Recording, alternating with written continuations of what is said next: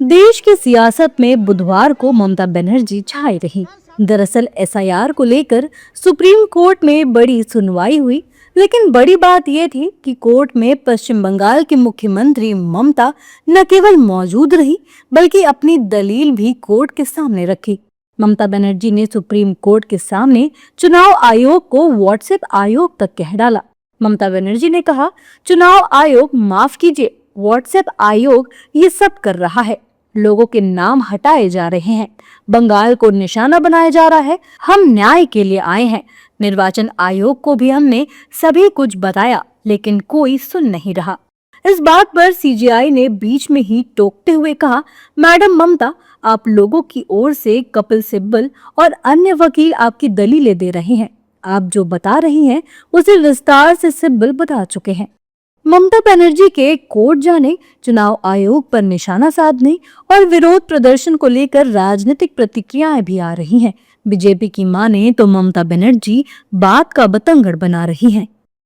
वो नौटंकी के मास्टर हैं। चुनाव है, चुनाव में नौटंकी, पिछले चुनाव में पैर टूट गया और जो रिजल्ट आया पैर ठीक हो गया।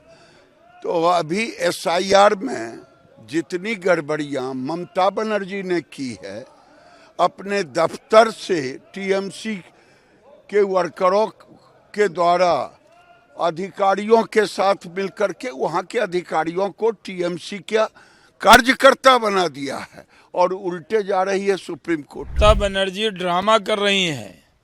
ममता बनर्जी जान रही है कि उनके जंगल राज का सच बंगाल की जनता ने जान लिया है। ममता जी को बंगाल की जनता ने पहचान लिया है और इसलिए वो अपनी हार दरवाजे पर दस्तक देती हुई है। हार को देखकर डर कर वो हार का ठीकरा चुनाव आयोग पर फोड़ना चाहती है। जहाँ जहाँ चुनाव होता है, कई जगह हम जीतते हैं, कई जगह नहीं जीतते हैं। चुनाव आयोग निष्पक्ष तरीके से चुनाव कराता है, लेकिन चुनाव आयोग को बदनाम करने के लिए वो सुप्रीम कोर्ट पहुंची है, जो दुर्भाग्यपूर्ण।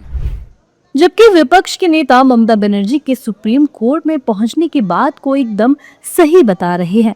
विपक्ष की माने तो बीजेपी के खिलाफ जाने के लिए अब ऐसा ही करना पड़ेगा। जो ममता बनर्जी जी पहुंची हैं, उन्होंने जो काला कोट पहना है भारतीय जनता पार्टी की काली करतूत के खिलाफ, और जनता को इसी तरह सामने आना पड़ेगा। ये व्यक्तिगत अधिकार की बात है। मत का छीनना आपका हक का छीनना। मत छीनेगा तो हक छीनेगा, और हक किस बात का? हर चीज़ का छीनता चला जाएगा। कल को विरासत के कागज़ आप बनाने के लिए सरकार आप पे दबाव बनाएगी, आप नहीं बना पाएंगे। नागरिकता का सवाल आएगा, बहुत सारे सवाल आएंगे। और जो उत्तर प्रदेश में हम लोगों ने एसआईआर को देखा है, ये कहीं ना कहीं संगठित अपराध कर रहे हैं लोग।